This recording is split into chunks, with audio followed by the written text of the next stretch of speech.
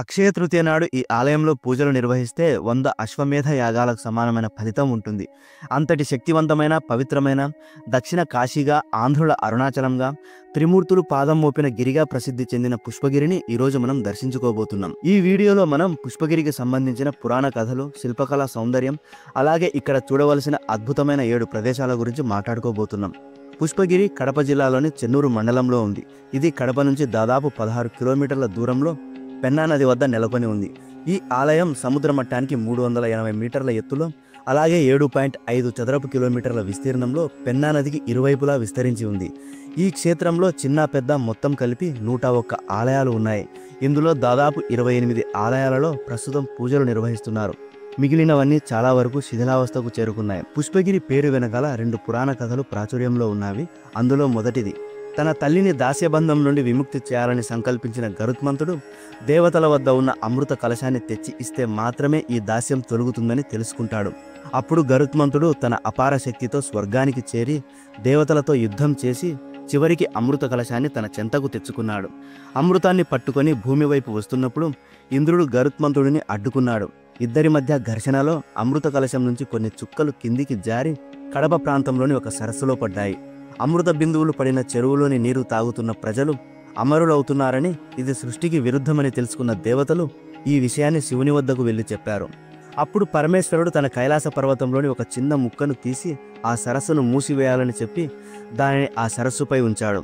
అప్పుడు అది అమృతం యొక్క మహిమ వలన తేలడం ప్రారంభించింది, ఒక పువ్వు వలె. అప్పుడు బ్రహ్మ, విష్ణు, మహేశ్వరులు తమ పాదాలతో ఆ కొండను నొక్కిపెట్టి పూర్తిగా ఆ సరస్సును మూసివేశారు. ఆ సరస్సులో వేసినటువంటి కొండ పుష్పం వలె తేలింది కాబట్టి దీనిని పుష్పగిరి అనే పేరు వచ్చింది. ఈ అమృత బిందువుల వల్లే ఈ క్షేత్రం మహాపుణ్యక్షేత్రంగా మారింది. ఇక్కడి జలంలో స్నానం చేస్తే పాపాలు నశిస్తాయని, ఇక్కడి ఆలయ దర్శనం చేస్తే జన్మ జన్మల ఫలితాలు లభిస్తాయని పురాణాలు చెబుతున్నాయి. ఈ పుష్పగిరి అన్న పేరుకు ఇంకొక కథ కూడా ప్రచారంలో ఉంది. అదేమిటంటే, శ్రీరాముడు సీతాన్వేషణ సమయంలో ఇక్కడ వైద్యనాథేశ్వర స్వామికి పూలతో పూజ చేసి వాటిని నదిలో సమర్పించగా అవన్నీ పూలకొండలాగా చేరడంతో ఈ పేరు వచ్చిందని చెప్తారు. మేము పుష్పగిరిని దర్శించుకునే సమయానికి ఇక్కడ తుఫాను ఉండడం వలన వర్షంలో పుష్పగిరి చాలా అద్భుతంగా కనిపించింది. ఇక్కడ ఖచ్చితంగా దర్శించుకోవాల్సిన ప్రదేశాలు 7 ఉన్నాయి. అందులో మొదటిది చెన్నకేశవ స్వామి ఆలయం. ఇదే ప్రధాన ఆలయం. ఈ ఆలయంలో శివుడు మరియు విష్ణువు ఇద్దరూ ఒకే ఆలయంలో పూజలు అందుకుంటున్నారు. వైష్ణవులు దీనిని మధ్య అహోబిలమని, శైవులు దీనిని మధ్య కైలాసమని పిలుస్తారు. ఆలయం లోపల వీడియోలు తీయడానికి పర్మిషన్ లేని కారణంగా ఆలయం లోపల ఎటువంటి వీడియోలు తీయలేకపోయాము. పుష్పగిరిలోని ఆలయాల శిల్పాలు అపూర్వమైనవి. గోడలపై ఉన్న ఏనుగులు, గుర్రాల విన్యాసాలు, భారత రామాయణ ఘట్టాలను చూపించే శిల్పాలు, నటరాజ నృత్య దృశ్యాలు. ఆధునిక టెక్నాలజీ లేని ఆ కాలంలో కూడా మైక్రో స్కల్ప్చర్స్ అంటే చిన్న చిన్న శిల్పాలను చెక్కారంటే నిజంగా మనకు ఆశ్చర్యం కలగక మానదు. ఈ ఆలయంలోనే ఇంకోవైపుగా కోరికల మల్లేశ్వర స్వామి ఆలయం ఉంది. ఇక్కడ ఒక నమ్మకం ఉంది. అదేమిటంటే, ఆలయం ద్వారం దగ్గర పైన కింద 2 కన్నాలు ఉన్నాయి. పైనున్న కన్నం దగ్గర నుంచి రాయిని నేరుగా వేస్తే అది కింద ఉన్న కన్నంలో పడితే వారి కోరికలు నెరవేరుతాయని నమ్ముతారు. ఇలా 3 రాళ్లలో కనీసం 1 రాయి పడినా కూడా వారి కోరిక నెరవేరుతుందని నమ్మకం ఉంది ఇక్కడ. మీరు ఇక్కడికి వచ్చినప్పుడు ఒకసారి ఖచ్చితంగా ప్రయత్నించండి. తర్వాత ఇక రెండవది పెన్నా నది. ఈ పెన్నా నదిని చూసేందుకు మేము ఆలయం మెట్ల ద్వారా కిందికి దిగాలని ప్రయత్నిస్తే తలుపులు అయితే మూసి ఉన్నారు. ఎందుకంటే నది ఉధృతంగా ప్రవహిస్తున్న కారణంగా లోపలికి వెళ్ళే అవకాశం మాకు కలగలేదు. మేమేం చేశామంటే అవతలి వైపు నుంచి ఇక్కడికి వచ్చాము, నది దగ్గరికి. ఇక్కడ పెన్నా నది గురించి మనం మాట్లాడుకోవాలి. ఎందుకంటే ఇక్కడ పెన్నా నది వంకరగా చంద్రకళలా ప్రవహిస్తుంది. ఇది 5 నదుల సంగమం: పినాకిని, చిత్రావతి, కుముద్వతి, పాపగ్ని, మందావి. ఇది గయా క్షేత్రానికి సమానమైన శక్తివంతమైన స్థలం. ఇక్కడే నిత్యం అమావాస్య క్షేత్రం ఉంది. అంటే ఏ రోజైనా పితృతర్పణం, పిండ ప్రదానం చేయవచ్చు. ఆలయం దగ్గర మెట్లు ఎక్కితే చిన్న శివాలయం ఉంటుంది. అందులో రుద్రపాదం అంటే శివుని పాదముద్ర ఉంటుంది. దానికి తప్పకుండా నమస్కారం చేసుకోండి.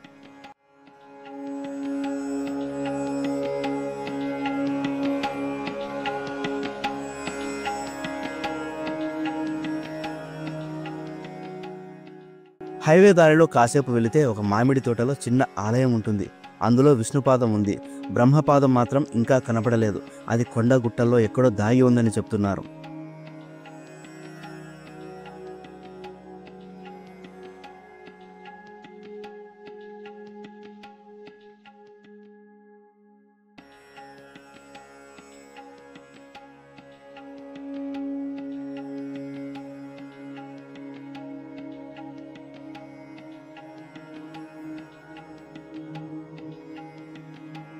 తర్వాత 5వది 11 కిలోమీటర్ల గిరి ప్రదక్షిణ మార్గం. ఇక్కడి గుట్ట చుట్టూ 11 కిలోమీటర్ల మార్గాన్ని సత్యభారవి గారు ఆయన బృందం కష్టపడి తీర్చిదిద్దారు. కార్తీక దీపం వెలిగించే సాంప్రదాయాన్ని కూడా మొదలుపెట్టారు. పూర్ణిమ రోజుల్లో వేలాది మంది గిరి ప్రదక్షిణ చేస్తుంటారు. ఇది తెలుగు రాష్ట్రాల అరుణాచలం లాంటిది, అలాగే గయా క్షేత్రం లాంటిది కూడా. ఇక 6వది కామాక్షి వైద్యనాథేశ్వర ఆలయం. ఇది పెన్నా నదికి అవతల వైపుగా ఉంది. అక్కడ ఆది శంకరాచార్యులు స్వయంగా శ్రీచక్రాన్ని ప్రతిష్ఠించారు. ఇక్కడ శివుడు వైద్యనాథేశ్వర స్వరూపంలో ఉంటారు, అంటే వ్యాధులను నయం చేసే శక్తి కలవాడు. ఇక్కడ ధన్వంతరి విగ్రహం కూడా ఉంది. ఈ విగ్రహానికి తలను తగిలిస్తే రోగాలు తగ్గుతాయని విశ్వాసం. అదేవిధంగా ఈ ఆలయంలోని మండపాలలో పురాతన విగ్రహాలు మ్యూజియంలా అమర్చబడి ఉన్నాయి.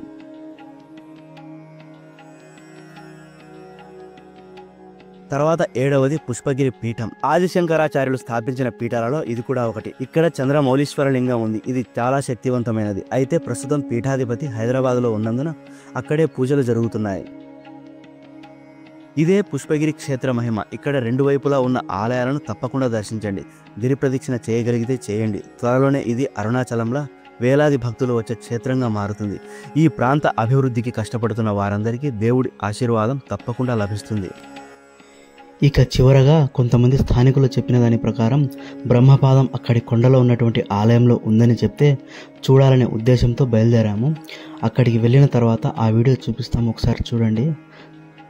కొంతమంది స్థానికులు ఇప్పుడు మేము చూడడానికి వెళ్తున్న దానినే బ్రహ్మపాదం అని చెప్తున్నారు. మరికొందరు స్థానికులు బ్రహ్మపాదం ఎక్కడుందో ఇంతవరకు ఎవరికీ కనబడలేదని చెప్తున్నారు. ఏది ఏమైనా ఇంత దూరం వచ్చాం కాబట్టి ఒకసారి చూసి వెళ్దామనే ఉద్దేశంతో ఇటువైపుగా వెళ్తున్నాము. కానీ ఇక్కడ లోపలికి వచ్చి చూసిన తర్వాత చాలా భయపడిపోయాము. ఆలయం గోపురం ఎత్తుగా ఒక పాము పుట్ట అయితే ఏర్పడి ఉంది. చాలా భయం వేసింది మాకు. లోపల ఒకసారి వీడియో చూపిస్తాము, చూడండి. గబ్బిలాలు తిరుగుతున్నాయి, చూడడానికి చాలా భయంకరంగా ఉంది.